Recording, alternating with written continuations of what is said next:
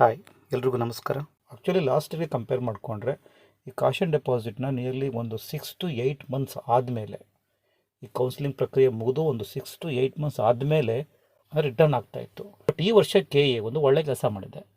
ಯಾರು ಕಾಶನ್ ಡೆಪಾಸಿಟ್ನ ಕಟ್ಟಿದ್ರು ಮೆಡಿಕಲ್ ಕೋರ್ಸ್ಗೆ ಸ್ಟೇ ವೇಕೆನ್ಸಿ ರೌಂಡಲ್ಲಿ ಮತ್ತು ಕೋರ್ಸ್ ಫೀಸನ್ನು ಪೇ ಮಾಡಿದ್ರು, ಅಂತಹ ವಿದ್ಯಾರ್ಥಿಗಳಿಗೆ ಯಾರಿಗೆ ಸೀಟು ಅಲಾಟ್ ಆಗಿರಲಿಲ್ಲ, ಯಾವುದೇ ಸೀಟು ಅಲಾಟ್ ಆಗಿರಲಿಲ್ಲ ಅಂತಹ ವಿದ್ಯಾರ್ಥಿಗಳ ಕಾಶನ್ ಡೆಪಾಸಿಟ್ ಮತ್ತು ಕೋರ್ಸ್ ಫೀಸನ್ನು KA ನಿನ್ನೆ 21 ನವಂಬರ್ಗೆ ನಿಮ್ಮ ಯಾವ್ಯಾವ ನೀವು ಅಕೌಂಟ್ ನಂಬರ್ ಕೊಟ್ಟಿರಲ್ಲ ಆ ಅಕೌಂಟ್ ನಂಬರ್ಗೆ ರೀಫಂಡ್ ಆಗಿದೆ. ಒಂದು ಸಲ ಕ್ರಾಸ್ ಚೆಕ್ ಮಾಡ್ಕೊಳ್ಳಿ.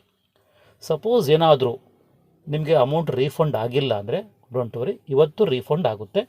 ಕ್ರಾಸ್ ಚೆಕ್ ಮಾಡ್ಕೊಳ್ಳಿ. 12 lakhs ಕಟ್ಟಿದ್ರು ಅಥವಾ 6 lakh ಕಟ್ಟಿದ್ರು, 2 lakhs ಕಟ್ಟಿದ್ರು, 24 lakhs ಕಟ್ಟಿದ್ರು, ಅಷ್ಟು ಅಮೌಂಟು ರೀಫಂಡ್ ಆಗಿರುತ್ತೆ.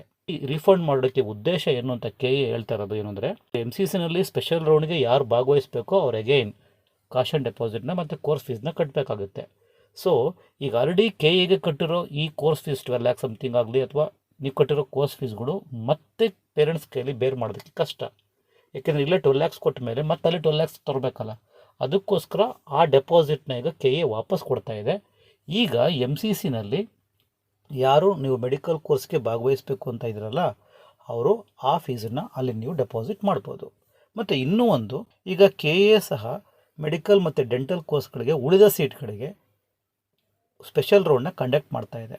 ಇವಾಗ ಸ್ಟೇ ವೇಕೆನ್ಸಿ ರೌಂಡಲ್ಲಿ ಮೆಡಿಕಲ್ ಕೋರ್ಸ್ಗೆ ಕಟ್ಟಿದ್ದ ಕಾಶನ್ ಡೆಪಾಸಿಟ್ ಹಾಗೆ ಕೋರ್ಸ್ ಫೀಸನ್ನು ಈಗ KA ರಿಟರ್ನ್ ಮಾಡುತ್ತೆ.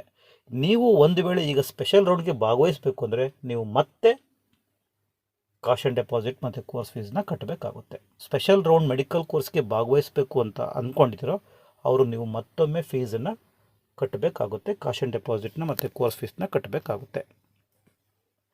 ನೀವು ಕಟ್ಟಿದ್ದ ಅಮೌಂಟು ನಿಮಗೆ ರೀಫಂಡ್ ಆಗುತ್ತೆ. ನೀವೀಗ ಕೋರ್ಸ್ಗೆ ಜಾಯಿನ್ ಆಗಬೇಕು, ಸ್ಪೆಷಲ್ ರೌಂಡ್ ಮುಖಾಂತರ ಕಾಶನ್ ಡೆಪಾಸಿಟ್ ಮತ್ತು ಕೋರ್ಸ್ ಫೀಸ್ನ ಕಟ್ಟಬೇಕು. ಇದಿಷ್ಟೇ ಇವತ್ತಿನ ಮಾಹಿತಿ. ಟೇಕ್ ಕೇರ್, ಬಾಯ್.